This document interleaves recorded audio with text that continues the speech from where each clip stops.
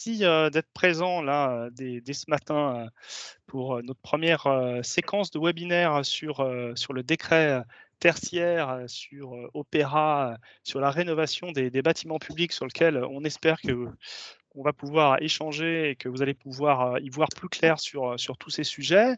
Donc ce matin, donc moi je me présente, je suis Sébastien Illouz de la Banque des Territoires. Nous sommes également avec Pierre Beleg qui va prendre la parole juste après moi et puis aussi en présence de Sylvie Méran-Ifrin qui va dérouler la présentation et qui fait partie de l'équipe de Sobre Énergie, qu'on remercie également pour sa présence.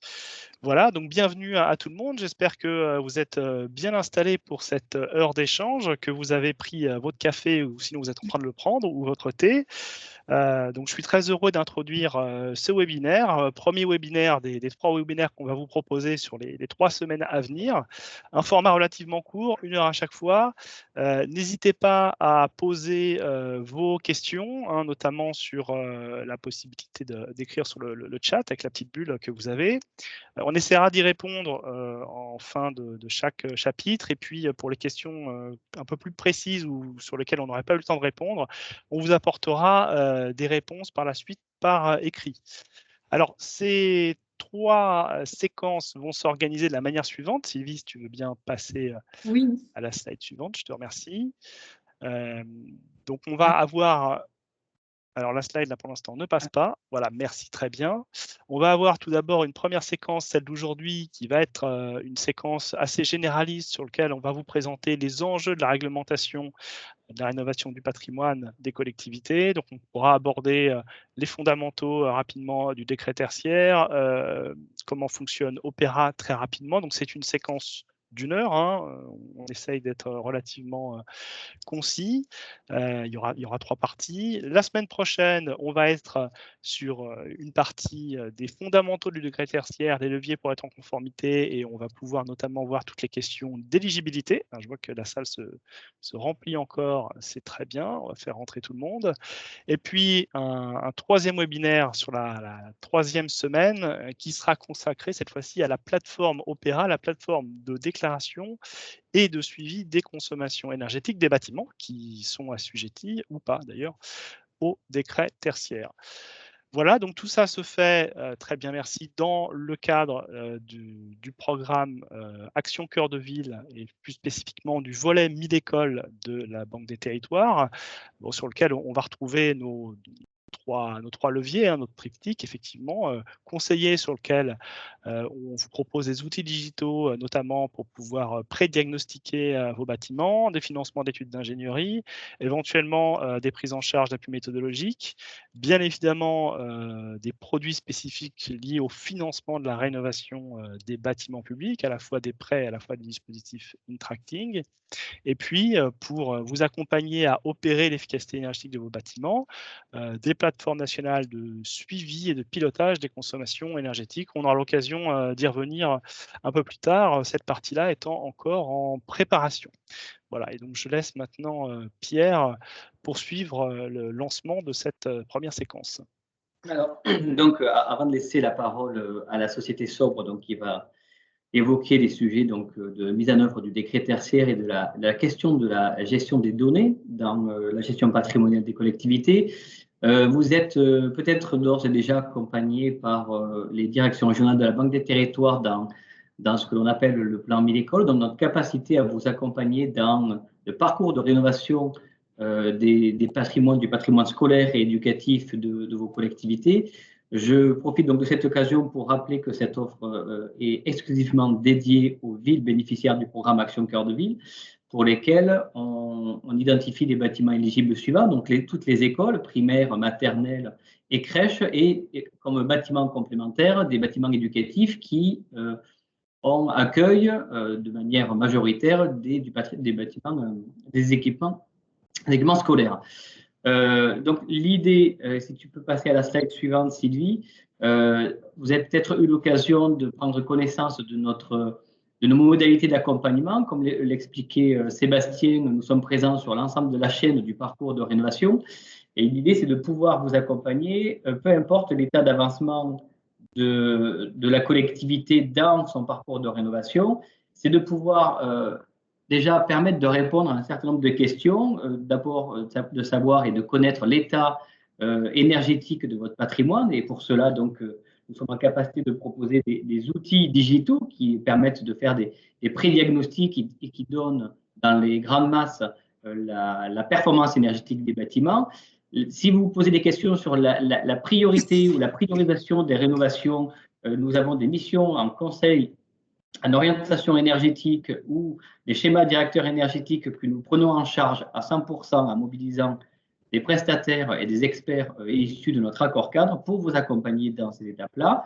Et sur la phase de programmation, comment vous envisagez de programmer vos travaux par rapport aux priorisations qui ont été définies sur les étapes précédentes. Et également, nous sommes présents en cofinancement sur des missions d'ingénierie, soit dans le cadre d'études techniques de bouquets de travaux, s'il s'agit de préciser un petit peu au regard de la complexité des bâtiments ou de la spécificité des ambitions énergétiques que vous affichez, de pouvoir financer ces études-là, et également, et de manière assez exceptionnelle, une prise en charge jusqu'à 80% qui court jusqu'à mars de l'année prochaine sur des missions soit de maîtrise d'œuvre, soit dans le cadre de missions d'assistance à maîtrise d'ouvrage si la collectivité souhaite s'engager dans les contrats de performance énergétique.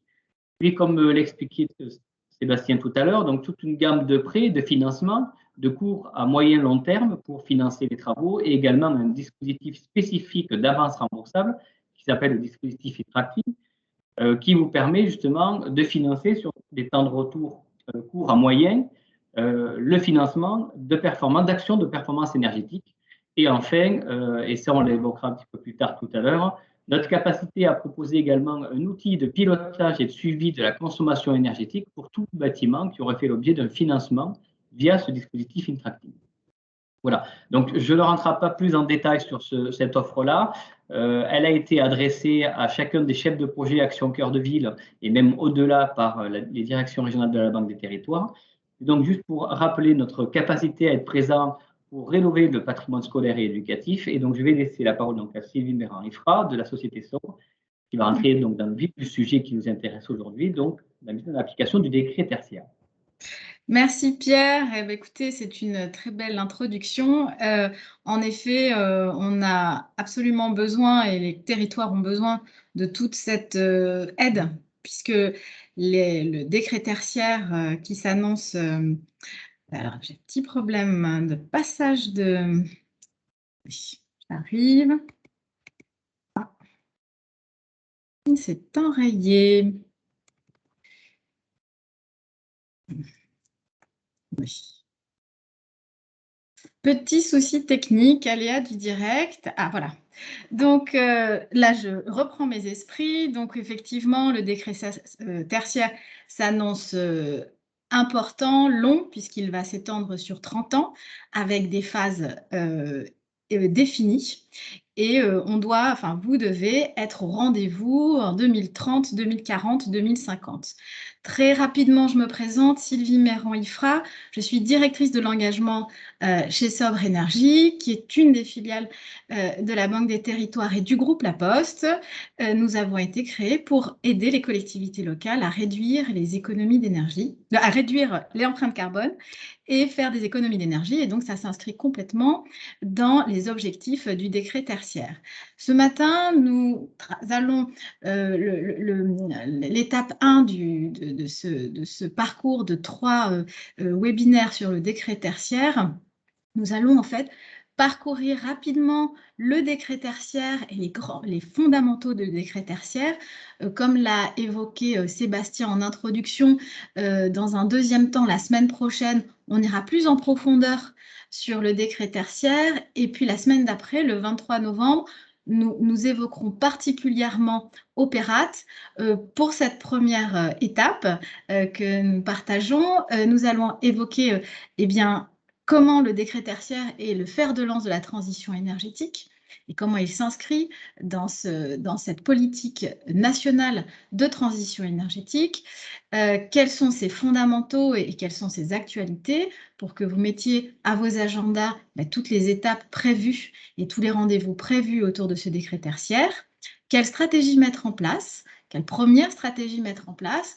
Alors, nous allons avoir une vision assez générale, mais cela vous permettra ensuite, dans les 2 autres webinaires, de suivre les différentes stratégies plus en détail. Et puis, engager et partager les réussites du décret tertiaire, parce que c'est avant tout une aventure d'homme, une évolution des métiers liés à l'énergie et au bâtiment, et comment il va falloir mobiliser également les habitants, enfin les occupants de ces bâtiments dont vous avez la charge. Et c'est pour ça que dans mon titre, il y a engagement, car le décret tertiaire ne peut se faire et ne peut se réussir sans l'engagement des hommes autour, les techniciens bien sûr, les élus, nous allons le voir, et les occupants des bâtiments. Alors, quelques chiffres pour commencer. Aujourd'hui, le décret tertiaire s'adresse aux bâtiments tertiaires, comme son nom l'indique. Il y en a 225 000 dans les collectivités. Il représente 44% des consommations d'énergie finale. Et le secteur tertiaire représente 1/3 de ces consommations. 25% des émissions de CO2 liées au territoire. Et dans la part de la consommation énergétique des collectivités, c'est 10%.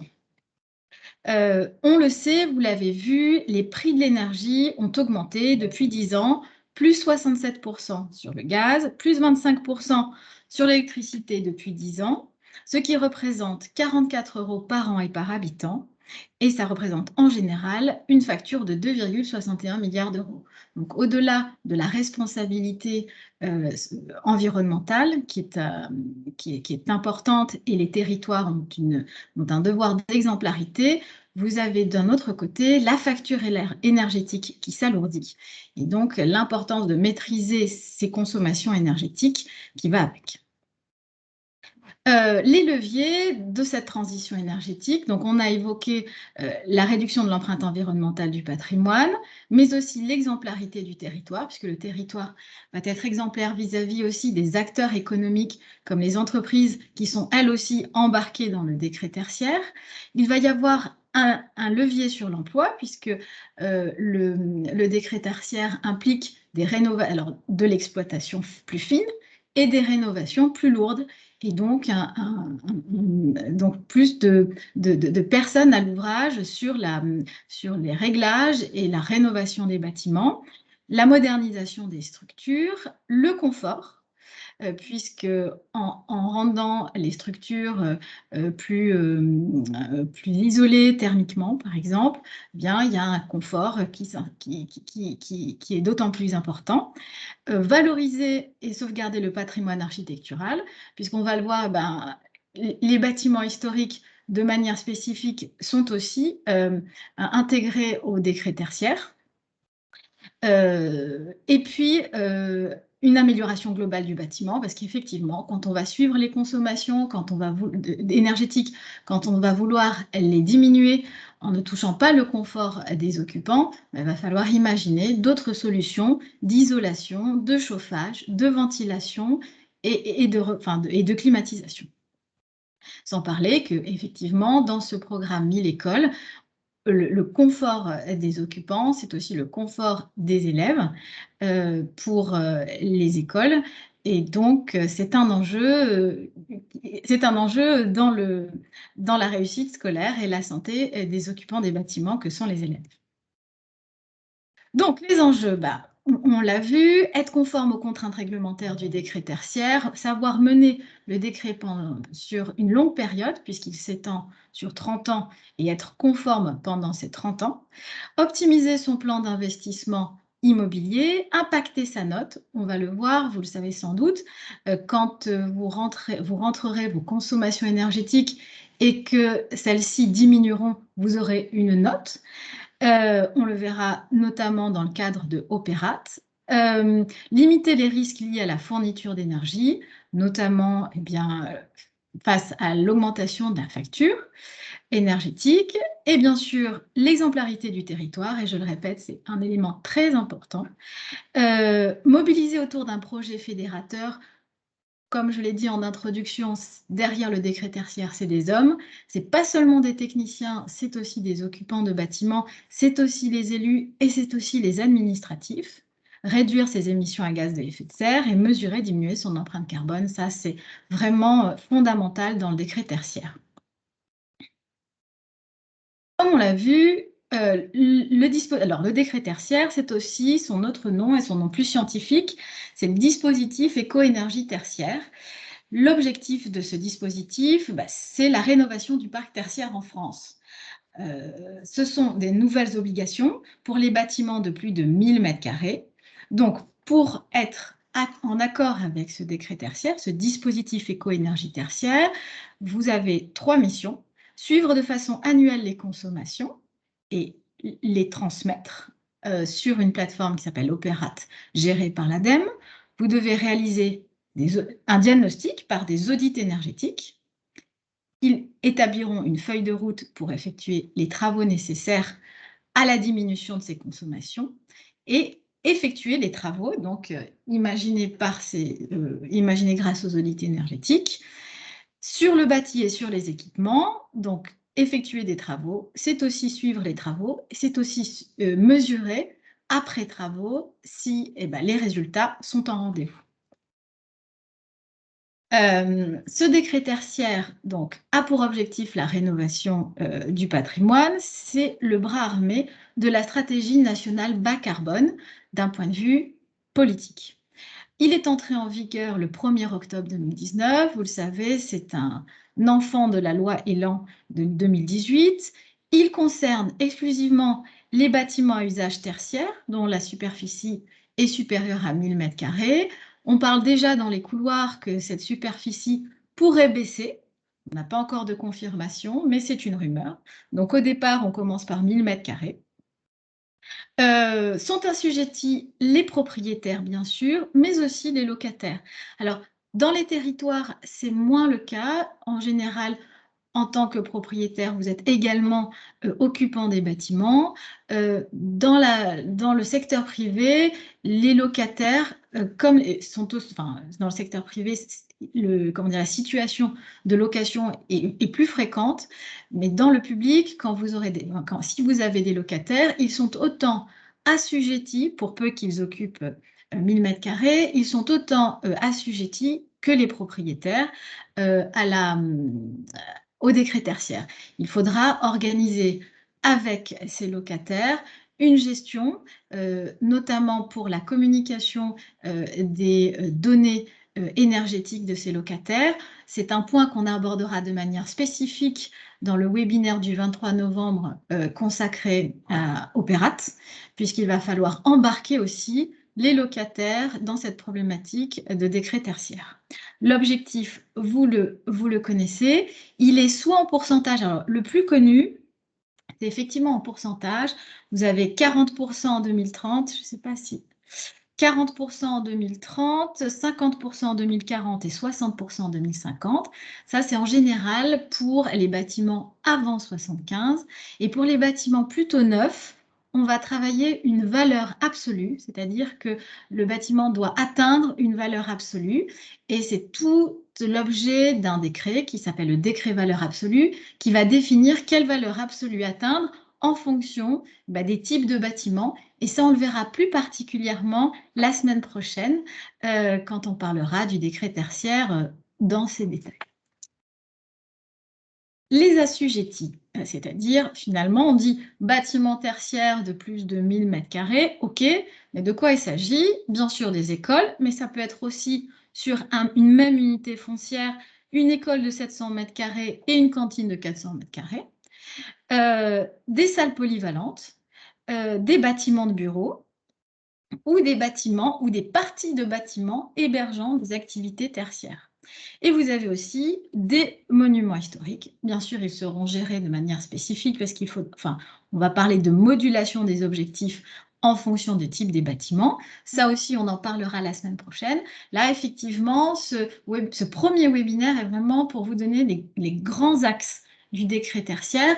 Nous rentrerons dans les détails lors des webinaires suivants. Sont exclus de cet assujettissement les lieux de culte, les bâtiments de défense et les constructions provisoires. mais ne sont pas exclus les bâtiments récents, tout récents par exemple.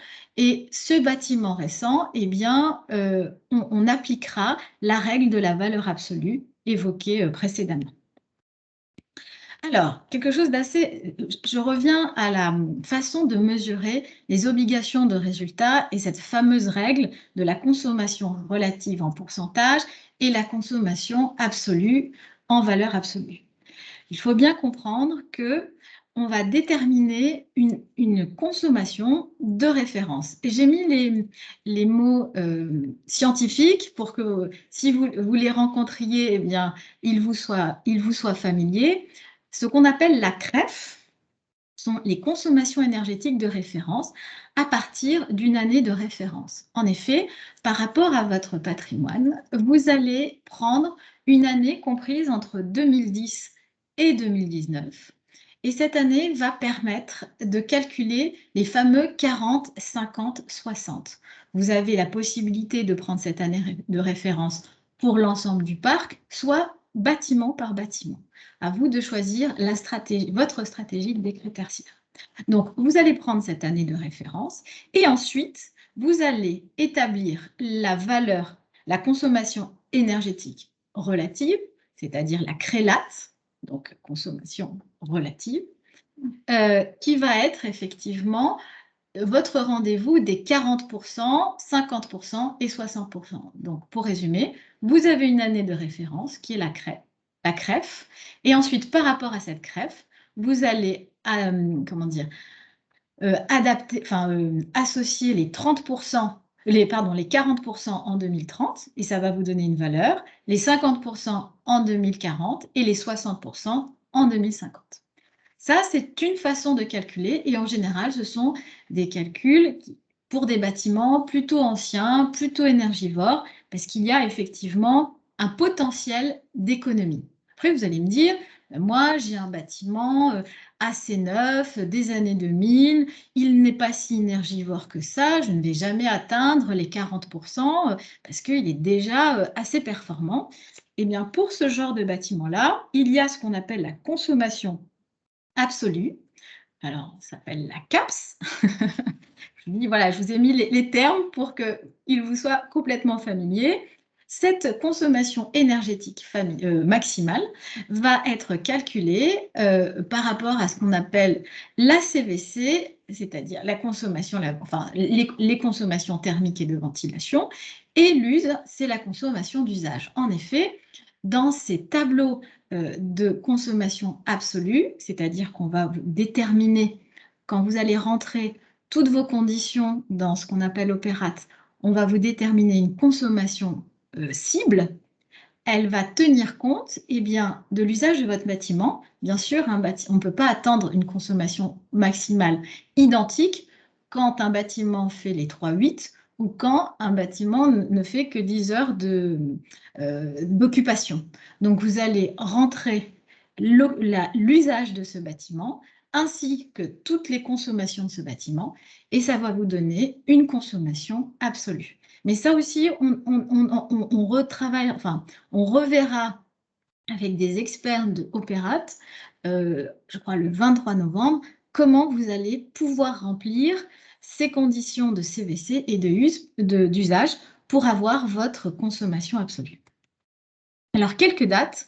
Donc, comme je vous l'ai dit, la loi est là en 2018, le décret tertiaire va rentrer en 2019. Alors, on a mis juillet parce que c'est une date butoir, juillet 2019, même si le 1er octobre, ça a été... en juillet, ça a été décidé. Le 1er octobre a été la mise en action. Le premier arrêté méthode, donc il y a plusieurs arrêtés autour du décret tertiaire. Le premier arrêté, c'est un arrêté méthode qui nous permet de calculer comment on assujettit les bâtiments, comment on va calculer les consommations, comment on va calculer les usages. Et puis, il y a l'arrêté valeur absolue qui est paru en janvier où on va déterminer ces valeurs cibles dont je vous ai parlé précédemment pour chaque type de bâtiment. Cet arrêté valeur absolue 1 a établi les valeurs cibles des bureaux, services publics, enseignement primaire et secondaire. Donc, ça vous concerne pour le programme e-école et la logistique du froid en France, enfin en territoire métropolitain, puisque on n'a pas encore les éléments pour l'outre-mer. Ensuite, alors, on a mis septembre, on l'a attendu, mais c'est comme la sœur Anne. Barbe Bleue n'est pas encore venue, donc on attend l'arrêté modificatif qui a été vous avez peut-être vu passer en consultation publique. Il n'a pas été validé pour l'instant. L'arrêté valeur absolue 2 avec d'autres catégories et les ajustements climatiques, parce qu'effectivement, on va chauffer un peu plus en montagne qu'en plaine. Donc, on a les conditions climatiques qui rentrent dans cette considération de valeur absolue. Cet arrêté est attendu pour la fin 2021. Et puis, valeur absolue 3 pour 2022. Et là, j'ai mis les échéances. Donc, première déclaration opérate, vous avez dû le suivre. Elle avait été prévue pour juillet 2021, et puis ni opérate ni les territoires n'étaient prêts. Donc, on a décalé ça à juillet 2022. Validation des dossiers techniques, on en parlera la semaine prochaine. Les dossiers techniques, c'est tous les éléments qui permettent de moduler les objectifs très rapidement. À un moment peut-être que le coût des travaux nécessaires à atteindre ces fameux 50% de réduction de consommation énergétique sont trop coûteux et donc ça ne justifie pas l'économie énergétique. Donc il va falloir moduler ces objectifs en disant voilà, je peux atteindre les 30% mais pas les 50%. Il va falloir écrire un dossier technique par votre énergéticien. Et tous ces dossiers techniques pour les consommations 2030 sont à poser en 2026. Première échéance, moins 40%. Les contrôles, c'est toujours un an après la première échéance, 2040, 2050. Opérate, on en a parlé, on l'a évoqué. On a mis les acronymes: Observatoire de la performance énergétique, de la rénovation et des actions du tertiaire. La plateforme est mise en place par l'ADEME et gérée par l'ADEME. Donc, les 2 arrêtés, et on attend les 2 prochains. Et en effet, ces arrêtés en fait définissent la manière dont on doit remplir Opérate. Et la première échéance, le premier rendez-vous avec Opérate, c'est en juillet 2022. Aujourd'hui, quand on s'y connecte, on peut créer un compte. On peut voir à peu près à quoi ça ressemble, mais on ne peut pas encore compléter ces données. Donc, je vous invite à créer votre compte sur Opérate, si ce n'est déjà fait. Opérate, quand vous rentrez vos consommations, ils vont vous donner en fait des objectifs. Vous allez repartir avec les objectifs en fonction des consommations déclarées. Une fois que vous allez ensuite déclarer l'année suivante, il va y avoir un certificat qui atteste du niveau de performance du bâtiment et de sa valeur patrimoniale, parce qu'effectivement, on le verra. C'est encore pas clair dans les arrêtés, mais on attend à ce qu'il y ait plus de précision, notamment dans l'arrêté valeur absolue 2, en quoi finalement la performance énergétique du bâtiment va impacter sur la valeur financière patrimoniale de votre bâtiment.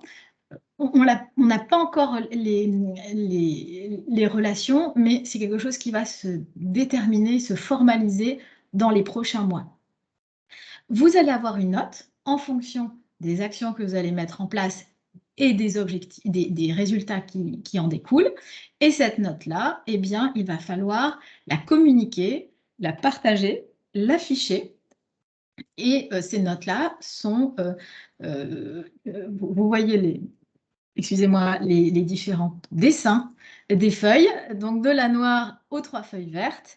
À vous d'avoir les 3 feuilles vertes pour communiquer autour et travailler cette exemplarité dont c'est la mission aujourd'hui pour les territoires. à la fin de chaque déclaration sur Opérate, vous avez une attestation numérique qui vous permet, vous voyez, dans l'attestation, il y a bien la crélate théorique dont on a parlé, ou la CAPS, c'est-à-dire les objectifs en valeur absolue. En fonction du type de bâtiment et du type de consommation, consommation que vous aurez déclaré, vous aurez, Opéra vous donnera vos crélates théoriques et votre CAPS ou votre CAPS théorique. Et à vous, ensuite, en fonction des modulations que vous aurez déterminées dans le dossier technique, remplir, l'attestation remplira les objectifs modulés. C'est-à-dire, si vous n'arrivez pas à atteindre les 168 kWh par mètre carré par an, vous aurez peut-être atteint 200 et pas 168, mais pour de bonnes raisons, parce que soit travaux trop importants, soit irréalisables, je pense aux monuments historiques par exemple. Donc, ce travail de modulation est un travail à part entière à mener avec votre énergéticien. Les sanctions, eh bien, le name and shame. Donc, publication des mauvais élèves 3 mois après une mise en demeure restée sans effet. Des amendes administratives, somme toute, pas très élevées, mais bon, c'est quand même des amendes. Et puis, bien sûr, les notes économie tertiaire noires, si vous n'avez pas atteint vos objectifs ou si rien n'est fait. Alors, les stratégies. Ça, ce sont les grandes étapes du décret tertiaire que vous pouvez retrouver également sur le site de l'ADEME. Il y a quelque chose de très intéressant, c'est le FAQ Opérate ou FAQ décret tertiaire qu'on retrouve sur le site de l'ADEME où nombreuses questions sont posées et, ce qui est plus important, de nombreuses réponses sont apportées. Donc, vous avez des étapes pour remplir le décret tertiaire. Alors, bien sûr, c'est circulaire puisque c'est chaque année. Donc, on va commencer par identifier le patrimoine concerné. On l'a dit, avec les audits, etc. On va recueillir les données des différents audits et du patrimoine concerné, puisque dans votre patrimoine, tout ne fait pas 1000 m², pour l'instant. Enfin, tout ne fait pas 1000 m². Vous allez identifier parmi vos bâtiments ceux qui sont éligibles, donc ceux qui sont assujettis. Et là, effectivement, l'assujettissement est un travail par rapport à votre bâtiment. Une fois que vous avez identifié les bâtiments assujettis au décret tertiaire, vous allez déterminer une année de référence. Soit pour l'ensemble, on va dire c'est plus simple, soit pour chacun des bâtiments, si vos bâtiments sont très différents entre eux et très différents dans les années de construction ou les performances énergétiques. Ensuite, quelle mutualisation des résultats? Mais ça, vraiment, on le verra la semaine prochaine dans la stratégie du décret tertiaire.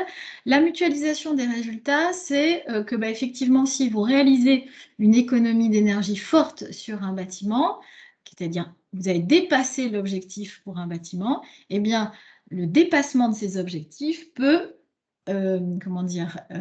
servir à un autre bâtiment qui n'a pas pu atteindre les objectifs. Donc, vous pouvez vraiment mutualiser les résultats. Donc, vous allez recueillir les données, vous allez vous inscrire sur Opéra, donc ouvrir un compte. Ensuite, élaborer un plan d'action. Finalement, voilà, j'ai tant de kilowattheures à économiser, comment je vais faire? Je vais passer par l'engagement des occupants, l'exploitation fine, les travaux. Identifier les contraintes budgétaires, dans le temps aussi, moduler les objectifs, ensuite déployer, suivre le plan d'action et déclarer sur Opéra, puisque ça sera l'année 2. Donc, voilà, c'est circulaire. Et un élément que j'ai oublié de mentionner, dans l'identification des contraintes et la modulation des objectifs, n'oubliez pas de travailler avec les locataires sur qui communique les résultats en fonction de quels objectifs, puisque les propriétaires sont responsables des consommations énergétiques les locataires sont responsables des consommations énergétiques, les propriétaires, on va dire, sont responsables des données bâtimentaires. Bon, les locataires, ils pourront peut-être avoir une consommation excessive parce que les fenêtres ne sont pas isolées. Donc, nécessairement, c'est lié. À vous de déterminer une gouvernance entre propriétaires et locataires. Donc, on en a parlé, les phases. Là, je remets la slide d'avant. Quand vous allez élaborer le plan d'action, vous allez vous dire, ben voilà, j'ai 30 ans. J'ai 30 ans devant moi. Comment je vais atteindre les 60% ou la valeur cible? Bon, certains atteignent la valeur cible en 10 ans, hein, et c'est cool. Il va falloir garder cette valeur cible pendant les 20 ans qui suivent. Mais voilà, on va dire, j'ai 30 ans pour atteindre les valeurs cibles ou les 60% de réduction. Ben, je vais voir est-ce que je dois commencer par les grands travaux tout de suite. Donc, ça va dépendre de votre stratégie, de la nature de votre patrimoine, en sachant qu'il y a des éléments que vous pouvez mettre en place très rapidement. La sensibilisation auprès des occupants, l'usage du bâtiment, c'est à peu près 5 à 10% l'usage du bâtiment par rapport à la consommation globale d'un bâtiment. Et puis, travailler l'exploitation et les réglages autour du bâtiment. Et vous allez avoir les 10%. Ensuite, vous dites, ça ne va pas suffire, va falloir accélérer la cadence. Donc, petits travaux réglage. Et là, vous le voyez à l'écran, il y a moins d'actions d'occupants puisqu'on en a déjà fait et on est arrivé à la limite. On va tout miser sur les réglages. Et là, on verra aussi la semaine prochaine quels sont les plans d'action recommandés autour de ces réglages. Et puis, ensuite, vous dites, voilà, ça va dépasser les 20, mais je ne vais pas arriver à mes 60%. Et là, bien sûr, ce qui va faire vraiment la différence, surtout pour certains gros bâtiments très énergivores, eh bien, c'est les 30% autour du bâti et des gros travaux. Mais ce schéma, c'était vraiment pour vous montrer qu'il y a différentes phases et on peut atteindre un certain pourcentage, déjà en commençant par des éléments plus modestes en termes de budget. Sachant que l'Observatoire de l'immobilier durable préconise 3% par an à partir de 2020, donc maintenant 6, mais 3% par an d'économie pour atteindre les fameux 60%. Alors, il y a une règle dans un bâtiment, dans un parc, c'est que 20% des bâtiments du parc sont responsables de 80% de sa consommation énergétique. Quand vous allez faire votre stratégie, il y a cette règle qu'on appelle la règle du Pareto, mais c'est un Pareto qui marche dans beaucoup de choses, mais il marche aussi dans le parc immobilier. Et cette règle-là, eh bien, on va établir quels sont les bâtiments qui vont me permettre de réaliser le plus d'économies dans mon parc. Et c'est eux qui vont agir comme des locomotives d'économie d'énergie dans mon parc. On y reviendra la semaine prochaine de façon plus spécifique. Et en fait, on va identifier les sites sur lesquels mettre la gomme en fonction des surfaces et de leur consommation. Je passe vite. Les audits, on va établir un audit où on va prioriser les actions. Et c'est toujours la même chose. Ça va être des actions qui vont être plus, qui vont avoir le plus de résultats, qui vont entraîner des dégradations si on ne les fait pas tout de suite. Donc, il faudra effectivement déterminer des plans d'action en fonction des audits que vous aurez faits sur vos bâtiments. Là aussi, on y reviendra la semaine prochaine de façon plus spécifique. Ces audits vont permettre des projections de résultats en fonction des budgets et du retour sur le budget estimé et le nombre d'actions que vous allez mettre en place. Ça, ce sont des simulations avec certaines plateformes énergétiques que vous avez ou que vous aurez permettront justement d'avoir des simulations entre eh bien, les investissements mis en place, le nombre d'actions, les investissements, le retour sur investissement et les résultats en termes énergétiques. Ça aussi, on en parlera la semaine prochaine de façon plus spécifique. Puis, effectivement, vous avez votre année de référence. Si vous décidez, par exemple, que ça soit les pourcentages ou les valeurs cibles, si vous voulez, on a la fameuse CREF, vous allez établir une trajectoire de 2020 à 2050. Et donc, cette trajectoire va vous permettre de déterminer si, au cours de ces 30 ans, vous êtes en avance ou en retard par rapport à cette trajectoire, c'est-à-dire par rapport aux consommations de référence et la consommation absolue.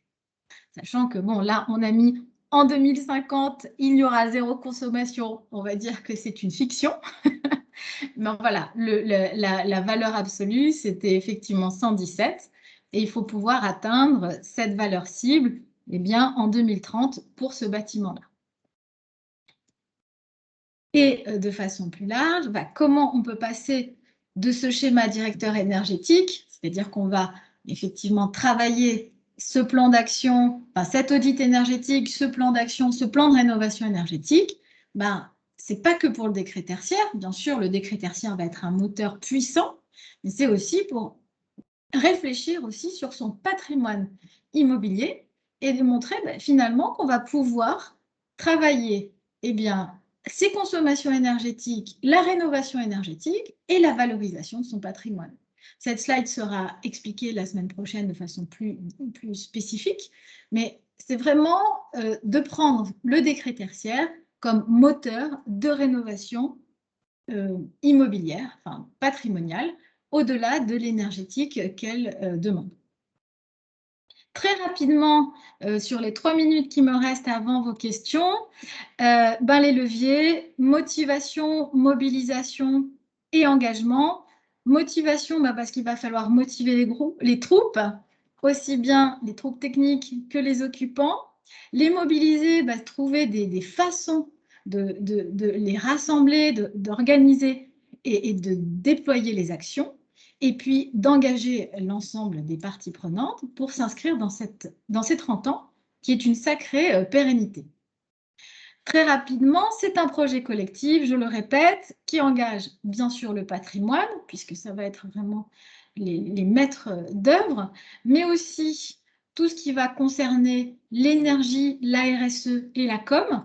Et ça aussi, ce sont des acteurs importants pour maintenir la cadence, continuer l'engagement sur les occupants, mais aussi sur les équipes techniques. L'éducation, oui, parce qu'il va falloir faire travailler, on le voit chez certains clients, il va falloir faire parler les gens du patrimoine et les gens de l'éducation, puisqu'ils sont en charge effectivement des écoles, mais cela vous concerne moins pour les départements des collèges, par exemple, où là, il faut que le patrimoine discute avec l'éducation sur les actions d'engagement et les actions de sensibilisation des occupants de ces écoles. La communauté technique, qui font les réglages, mais que ça soit en interne ou en externe si vous avez des mainteneurs, les occupants des bâtiments, les élèves, mais aussi vos personnels administratifs et les administrés, parce que le territoire a envie aussi de voir les habitants d'une ville sont en attente d'actions concrètes comme celle de l'énergie de la part de leur territoire. L'élu ayant en effet un rôle de mobilisateur du changement. Là, je vous mets très rapidement quelques campagnes qui ont été faites, notamment dans le Nord, pour engager les occupants des bâtiments et l'équipe en général pour dire c'est un projet qui va être long, c'est un projet qui entraîne effectivement et un changement de comportement, un changement de comportement vis-à-vis de l'énergie. C'est aussi un projet qui engage un changement de réglage, un changement peut-être des travaux. Il faut communiquer sur ces travaux, pourquoi on les fait et qu'est-ce qu'ils vont apporter.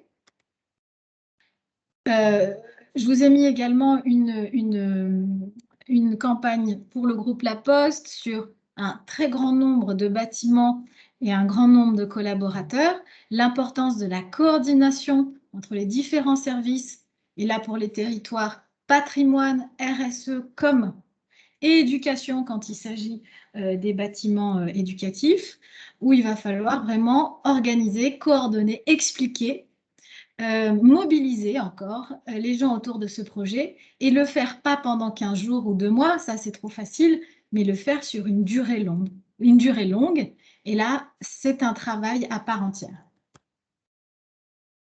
C'était quelques images pour vous donner une idée, un nom de projet spécifique, un lancement symbolique, un déploiement qui est long, parce que là, sur les 10 000 bâtiments, c'est long.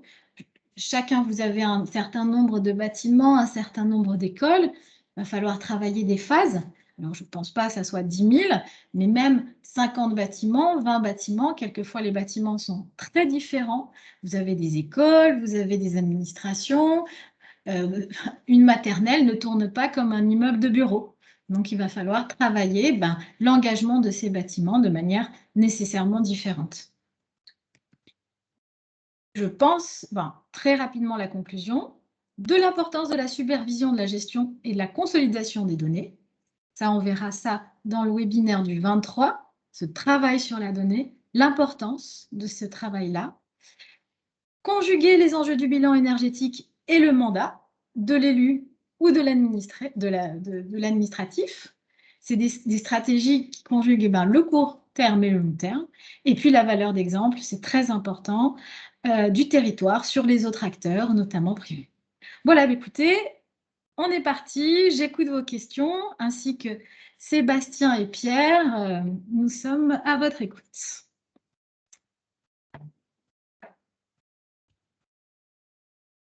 Alors, Sylvie, il y a eu quelques questions en effet posées. Au tout début, il y en a eu une à propos justement de comment est-ce que ça se passait si sur une même parcelle dont la somme des surfaces passe les 1000 m², est-ce qu'elles sont assujetties ou pas, ces parcelles? Absolument. Si l'addition, il faut qu'il y ait une unité, si c'est une unité, elles sont assujetties. En général, si les parcelles sont conjointes et elles constituent une unité, elles sont assujetties. Si vous avez, comme je disais précédemment, une école de 700 mètres carrés et une cantine de 400, les 1100 sont assujettis ensemble sur la même unité. Ok, merci. Une autre question qui est, les bâtiments construits en 2020 sont-ils assujettis au décret tertiaire? Eh bien, ils auront cette valeur cible dont on a parlé. On ne parle plus d'année de référence parce que c'est de 2010 à 2019. Il y a une dérogation pour faire que 2020 soit une année de référence. Pour que ça compte comme année de référence, on doit pouvoir avoir l'ensemble des consommations sur une seule année. Et pour les bâtiments construits en 2020 et commençant une activité mi-2020, si vous voulez, ou fin 2020, vous aurez cette consommation absolue qu'il faudra atteindre. En général, elle est déjà atteinte.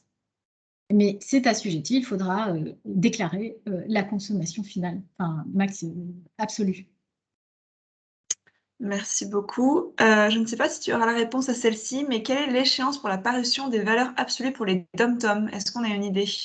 Eh bien, en fait, ça aurait dû être à la fin 2021. Et comme on n'a toujours pas le 2, donc je suppose que c'est décalé en 2022. Mais ça, effectivement, on n'a pas d'infos sur le sujet. En tout cas, ce n'est pas apparu aujourd'hui, ni en consultation. Okay. Et alors, c'était les principales questions posées. Il y en avait une aussi un peu plus sur la logistique. Est-ce que le PowerPoint est envoyé aux participants à la fin de la présentation? Oui. Okay. Parfait. Et une dernière question qui vient d'apparaître sur l'écran. Comment procéder pour solliciter l'appui de la Banque des Territoires? Ah, Sébastien ou Pierre, c'est à vous que s'adresse cette question si vous êtes là.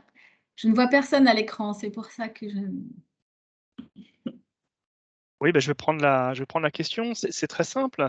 Il faut que vous vous adressiez à votre direction régionale qui va vous faire un plaisir de pouvoir vous expliquer nos dispositifs de soutien. Et puis, en tout début de la ligne de discussion, là, vous avez le lien qu'a posté Pierre aussi, qui vous donne le détail du fonctionnement du dispositif Midacol, hein, qui a été de toute façon rappelé au début du PowerPoint. Donc, regardez ces informations sur le site de la Banque des Territoires et puis adressez-vous à votre direction régionale, dont les coordonnées se trouvent aussi sur le site de la Banque des Territoires. Merci. Il nous reste quelques minutes et quelques questions apparaissent. Dans le cadre d'une DSP, qui s'occupe du décret tertiaire? Pouvez-vous Je pense qu'il faut préciser, oui. DSP? Qui est DSP, oui. Je viens d'une précision aussi. Délégation, quelque chose, non? Je sais pas. DSP, je ne vois pas ce que c'est. Le service public. Délégation de service public, c'est ça? Oui. Qui est le propriétaire? Si la collectivité est propriétaire, ça s'adresse à elle. Absolument. On est sur propriétaire, locataire. Après, la règle veut que ce soit ceux qui sont assujettis sont, ceux qui payent les factures, donc soit propriétaire, soit locataire, soit les propriétaires, c'est-à-dire ceux qui ont les titres fonciers. J'ai deux questions qui peuvent se rejoindre un peu. Donc, la première, c'est comment et où peut-on trouver les plateformes permettant la réalisation des audits, le suivi des trajectoires? Et la deuxième, c'est est-ce qu'Opérat va permettre une gestion dynamique des bâtiments au sens général afin de ne pas multiplier les outils si on veut déjà implémenter un logiciel de suivi? Alors, je vais répondre aux deux questions. Pour Opérat, en fait, Opérat, ce n'est pas un outil de gestion. Opérat, vous remplissez vos consommations et il vous donne les objectifs. Il ne vous donne pas comment faire pour atteindre ces objectifs. Donc, Opérat, c'est vraiment, vous rentrez et il y a un ticket qui sort sur les objectifs à atteindre. Et effectivement, les plateformes que vous aurez ou que vous avez doivent se loguer à Opérat et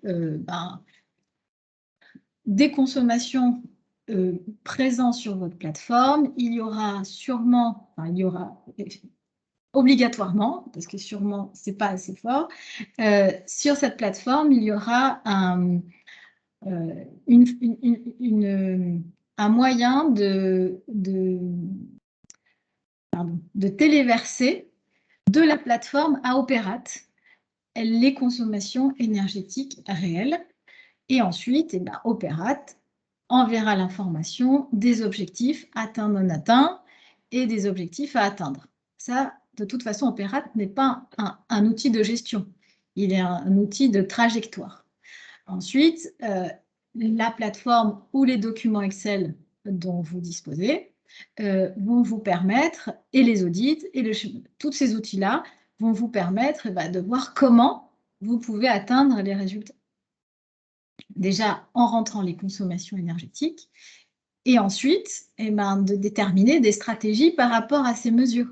Parce qu'il n'y a pas seulement que les mesures et la collecte des mesures permises par les plateformes qui vont vous permettre d'atteindre les objectifs. Une fois que vous avez ces mesures, il va falloir les étudier, travailler avec des énergéticiens, des energy managers, qui vont définir des plans d'action. Ces plans d'action vont être déployés et ensuite, la plateforme pourra mesurer les impacts de ces plans d'action. C'est donc ces actions qui vont permettre d'atteindre les objectifs.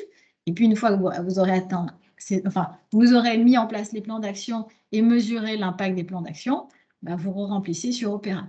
Donc, vous avez au moins ces deux outils-là. Vous ne pouvez pas faire d'Opérate l'outil de gestion des impacts et des actions que vous allez mettre en place. Ce n'est pas possible. Et alors, où se procurer? Il y a un ensemble d'outils qui existent sur le marché. Et comme vous l'a dit Sébastien en entrée, il y a un projet avec des plateformes et des pilotages. La plateforme permet de mesurer, de collecter, ça c'est sûr, mais permet de piloter les différentes actions, c'est-à-dire vous mettez en place les actions, vous mesurez leurs effets, vous remettez en place les actions, vous remesurez les effets. Donc ça, c'est très important.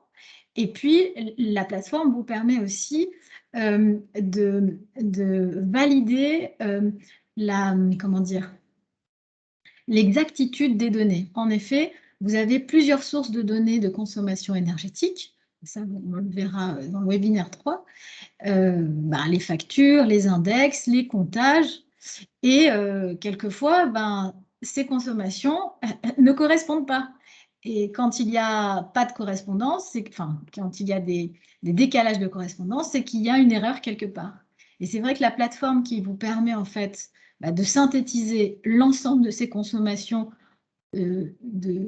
issues de plusieurs mesures de consommation vous permet vraiment de stabiliser la bonne consommation, la consommation réelle.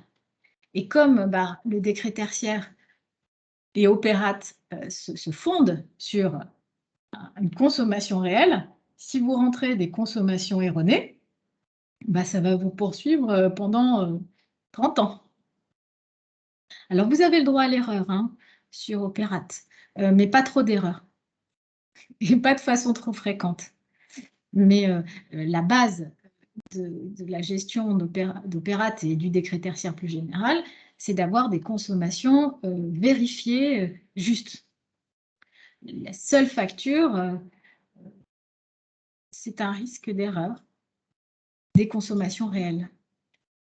Donc c'est pour ça que... Voilà. Sylvie, nous arrivons au terme de cette session. Juste peut-être donc pour rappeler que les 2 prochaines sessions sont programmées les mardis 16 novembre et 23 novembre à la même heure. Oui. Donc nous rentrerons, comme tu l'as expliqué tout à l'heure, plus en détail sur les fondamentaux et la mise en application du décret tertiaire et notamment comment anticiper la première échéance pour la remontée des données sur la plateforme Opérate. D'ailleurs, il y a une question qui demande si c'est bien confirmé que c'est bien le mois de septembre 2022, la date butoir. Oui.